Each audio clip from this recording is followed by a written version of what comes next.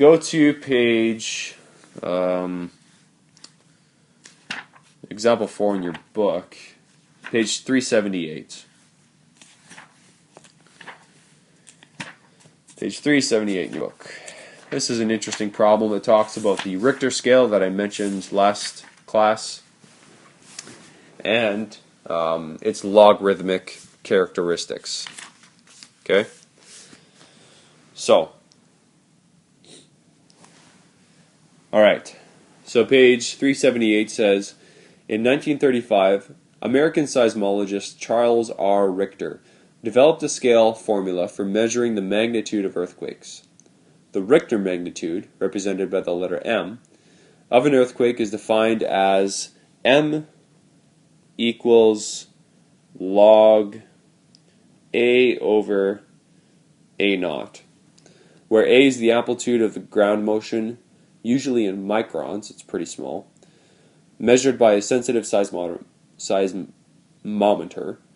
and A is the amplitude, A naught, is the amplitude corrected for the distance to the actual earthquake that would be expected for a standard earthquake. A says, in 1946, an earthquake struck Vancouver Island off the coast of British Columbia. It had an amplitude that was 10 to the 7.3 times A naught. What was the earthquake's magnitude on the Richter scale? So I did a little bit of research here because I wasn't quite clear on what they meant by A naught. Because, what is a standard earthquake? An earthquake sucks. Who would call an earthquake standard? It's a catastrophe. Why would you call it a standard? It's like saying there's a standard tornado blowing through Alberta right now, destroying millions of lives and homes. Don't worry, folks. It's just standard procedure. Yeah, sounds weird. So I did a little research, and from what I could tell, A naught represents the amplitude of a standard earthquake, and by definition, a standard earthquake is an earthquake that can be felt 100 kilometers away with an amplitude of 1 millimeter.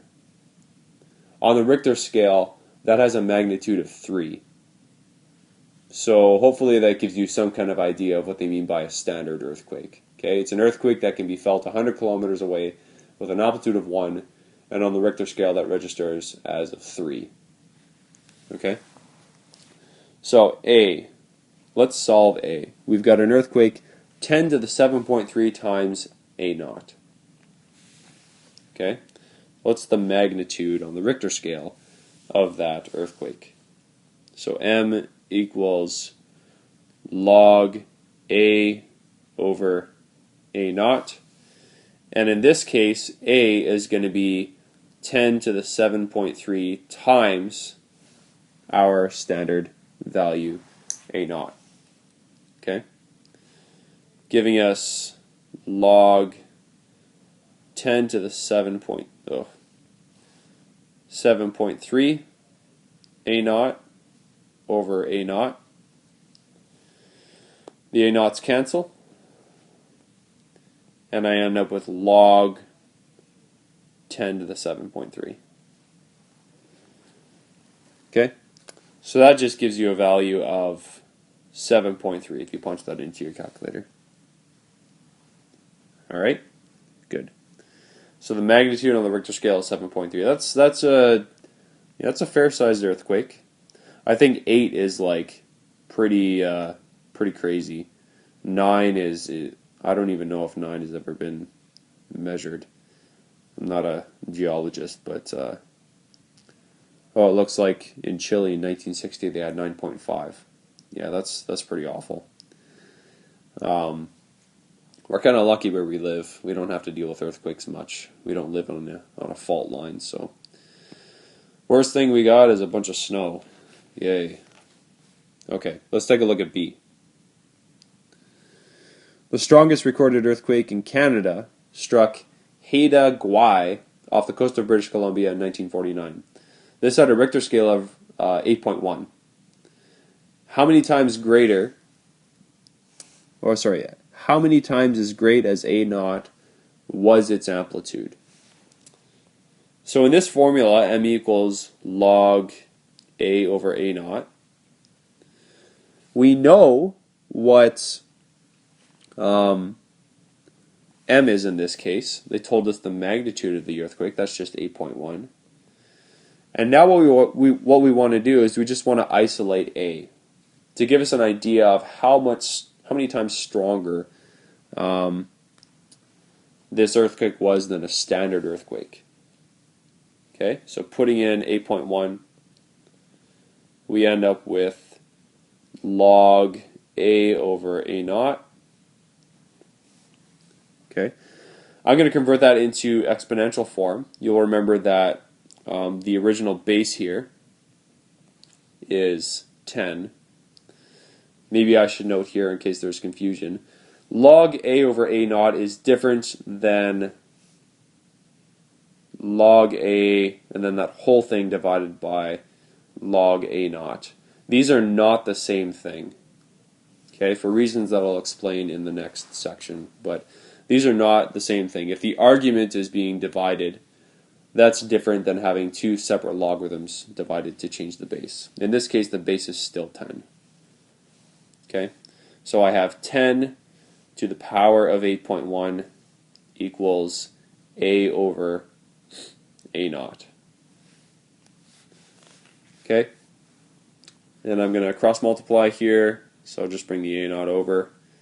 So I get 10 to the 8.1 times A naught equals A. And just to give you an idea of how big that is, we'll put 10 to the 8.1 in our calculators here, and we get 125,894, sorry, not 4, 2,541. I'm just going to round it to that. There's a 0.2 in there, but I'll keep it as is. A naught. So what this is saying is this earthquake in, where was it? Haida Gwaii, off the coast of BC. When it had a Richter scale reading of 8.1, it was 120, basically 126 million times the amplitude of a standard earthquake. Like that's crazy. That's a huge number. So you can see how the Richter scale condenses a lot of potentially huge numbers, right? I don't know how high it goes. I guess it would go up to 12 or 14. Those would be mind-blowingly huge earthquakes.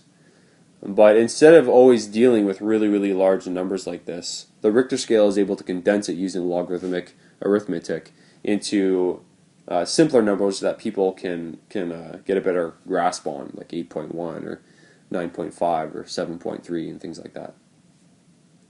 Okay. And now on to C. Compare the seismic shaking of the 1949 Haida Gwaii earthquake with that of the earthquake that struck Vancouver Island in 1946. Okay, so we're going to take Haida Gwaii. We're going to take the magnitude of its earthquake, and we're going to divide that by, not the magnitude, sorry, the amplitude. We're going to divide that by Vancouver Island.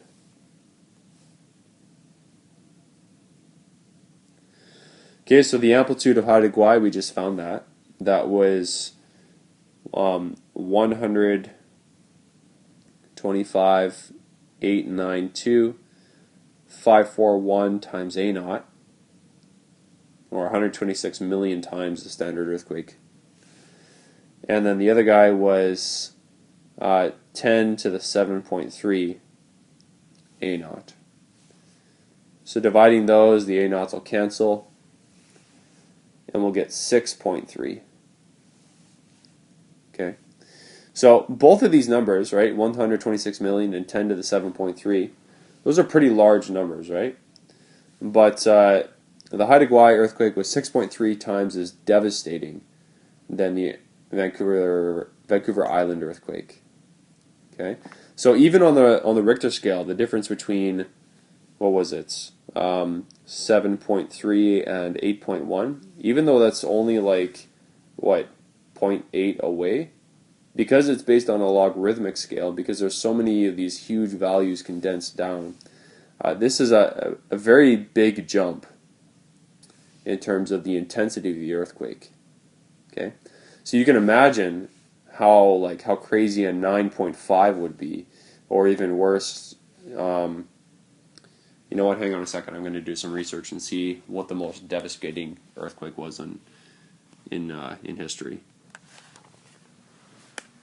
Okay, so I just did a quick Wikipedia, and it seems like the one mentioned in your book there in the Your Turn, the 1960 earthquake in Chile, that was the worst one recorded in history, 9.5 on the Richter scale. Okay, so that's huge. If jumping from 7.3 to 8.1 is 6 times as bad, you can imagine how crazy it would be going from 8.1 to 9.5.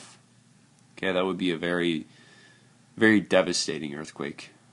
Oh boy, now I'm all depressed. Anyways, I hope you have a decent understanding of how logarithms work. I hope you feel comfortable enough with the arithmetic. I know it's some new notation in there, but you guys are smart, so I hope that you fare well through the assignments.